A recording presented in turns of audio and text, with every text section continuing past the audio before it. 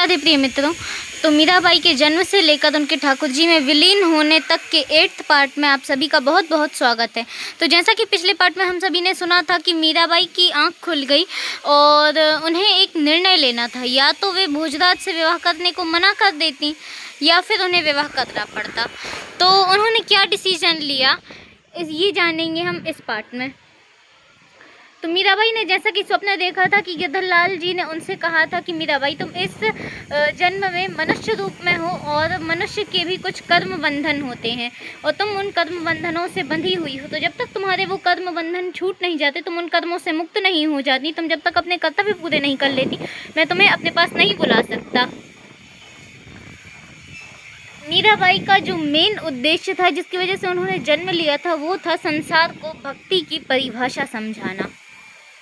और जब तक वो पूर्ण नहीं होता, मीराबाई को गिरधरलाल जी से नहीं मिल पाती।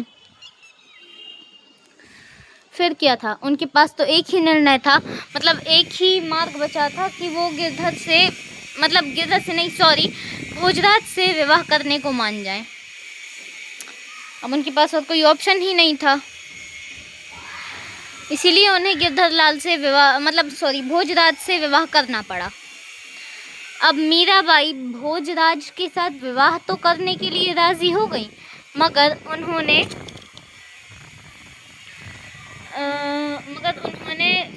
जो चित्तौड़ से उनके लिए विवाह का जोड़ा आया था वो नहीं पहना।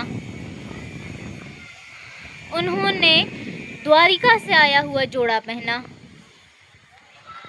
द्वारिका से जो उनके लिए गिरधरलाल जी ने जोड़ा भेजा था उन्होंने उसको पहना।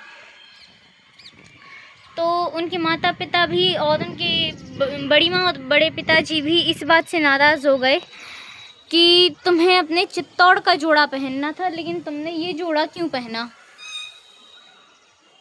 उनकी ताऊ जी सा ने ये नहीं सोचा कि चलो ये विवाह के लिए मान गई है, इससे बड़ी बात और क्या होगी।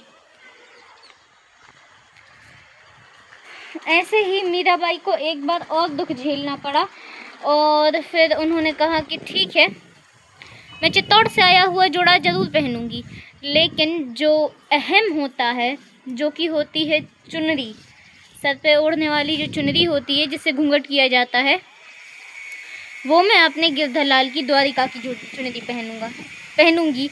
तो उनके माता पिता ने कह दिया ठीक है। मीराबाई ने अपने गिरधर की मूरत उठाई और चल दी मंडप की तरफ। मीराबाई अत्यंत दुख में थी, लेकिन अब क्या कर सकते हैं, वो उनकी मजबूरी थी। लेकिन भोजराज ने विवाह के बाद उनको ज़रा सा भी कष्ट नहीं दिया।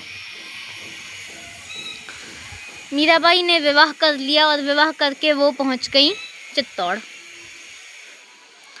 अब चित्तौड़ में उनकी जब डोली नीचे बैठी तो मीराबाई डोली से तो नीचे उतर गई, लेकिन वो आगे नहीं बढ़ रही थी। उन्हें लग रहा था कि जैसे कुछ अधूरा है। उनकी जो ननद थी उदाबाईसा, चित्तौड़ की राजकुमारी, उन्हें ये बात बहुत खटक गई। फिर मीराबाई वापस मुड़ी, अपनी डोली में से गिरधर की मूरत निकाली और फिर खड़ी हुई और फिर राजभवन की ओर पग बढ़ाए। उदाबाईसा को देख के अच्छा लगा और जो भी बात थी कि ये हमारी भाभी सा जो है कृष्ण भक्ति में इतनी मगन है, मतलब हमारी एक महान भक्त से हमारी चित्तौड़ का नाता जुड़ गया है। मगर उन्हें क्या पता था, मीराबाई भी इस बात से अनजान थी कि उन्हें उनकी भक्ति में कितनी परेशानियां उठानी पड़ेंगी। और उदाबाईसा भी अनजान थी कि भाभी सा की भक्ति क्या है, वो भी नहीं जान पाई। अब फिर उन्होंने अपनी मूरत तो उठा ली और राजभवन की ओर पग बढ़ाए, लेकिन गृह प्रवेश के समय मीराबाई ने अपने गिरधरलाल के साथ ही गृह प्रवेश किया और भोजराज एक पग पीछे ही रह गए। उनकी ननद बाईसा हैं जो उदाबाईसा, उन्होंने उनका तिलक किया, मगर उन्होंने साथ ही साथ उनके गिरधरलाल का तिलक नहीं किया था तो मीराबाई आगे नहीं बढ़ रही थी। तो उन्होंने कहा कि बहुत बहुत स्वागत है भाभी साहब आपका हमारे चित्तौड़ के राजभवन में, और साथ ही साथ आपके कान्हा जी का भी। मीराबाई तुरंत बोली, ये मेरे गिरधर गोपाल हैं। उन्होंने कहा कि ठीक है, आपके गिरधर गोपाल का भी बहुत बहुत स्वागत है।